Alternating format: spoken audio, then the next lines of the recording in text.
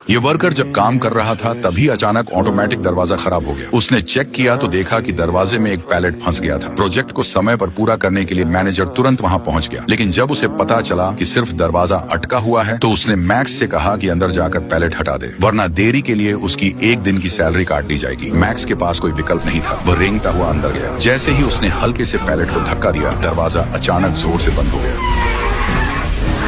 उसकी चीखें सुनकर सहकर्मी मदद के लिए दौड़े, लेकिन मैनेजर ने उन्हें रोक दिया क्योंकि उस कमरे में हाई इंटेंसिटी रेडिएशन था। लापरवाही से दरवाजा खोलना सबकी जान ले सकता था। जब मशीन का ऑपरेशन पूरा हुआ तो रोबोट मैक्स को बाहर खींच कर लाया। वह जिंदा तो था, लेकिन बुरी तरह रेडिएशन की चपेट में आ चुका था। कंपनी ने उसे बताया कि उसके पास जीने के लिए सिर्फ 5 दिन बचे हैं। फिर रोबोट ने उसके हाथ में गोलियों की एक बोतल थमा दी ताकि उसके बचे हुए दिन थोड़े कम दर्दनाक हों। हालात तब और बदतर हो गए जब कंपनी के मालिक को हादसे की खबर मिली। मैक्स को मुआवजा देने की बजाय उसने शिकायत की कि मैक्स ने प्रोडक्शन शीट्स खराब कर दी। उसके लिए एक मजदूर की जिंदगी की कोई कीमत नहीं थी। जाते जाते उसने मैनेजर से कहा कि जल्दी से काम फिर से शुरू करवाओ। मैक्स ने यह सब ठंडी बेरहमी देखी और कसम खाई कि वह मालिक से इसका बदला जरूर लेगा, लेकिन उसके पास ज्यादा वक्त नहीं था। वह एलिसियम गया और एक एडवांस्ड मेडिकल वार्ड में इलाज करवाया, लेकिन वह वहाँ भी जिंदा नहीं रह सकता था। 21वीं सदी के अंत तक धरती की आबादी बेकाबू हो चुकी थी, पर्यावरण प्रदूषित हो गया था और जिंदगी लगभग नामुमकिन थी। अमीरों ने भागने का रास्ता चुना। उन्होंने धरती से 20,000 किलोमीटर ऊपर एक रिंग के आकार का स्पेस स्टेशन बनाया। वहाँ का मौसम एकदम परफेक्ट था, हवा शुद्ध थी। रोबोट नौकर 24 घंटे काम करते थे और हर घर में टॉप लेवल मेडिकल वार्ड मौजूद थे। चाहे कोई गंभीर रूप से घायल हो या लाइलाज बीमारी से पीड़ित, पूरी तरह ठीक किया जा सकता था। धरती के लोग वहाँ जाना चाहते थे, लेकिन टिकट की कीमत आसमान छू रही थी। इसीलिए कुछ गंभीर रूप से बीमार लोग चोरी छिपे अंदर घुसते थे। मैक्स के लिए यही जिंदा रहने का आखिरी रास्ता था।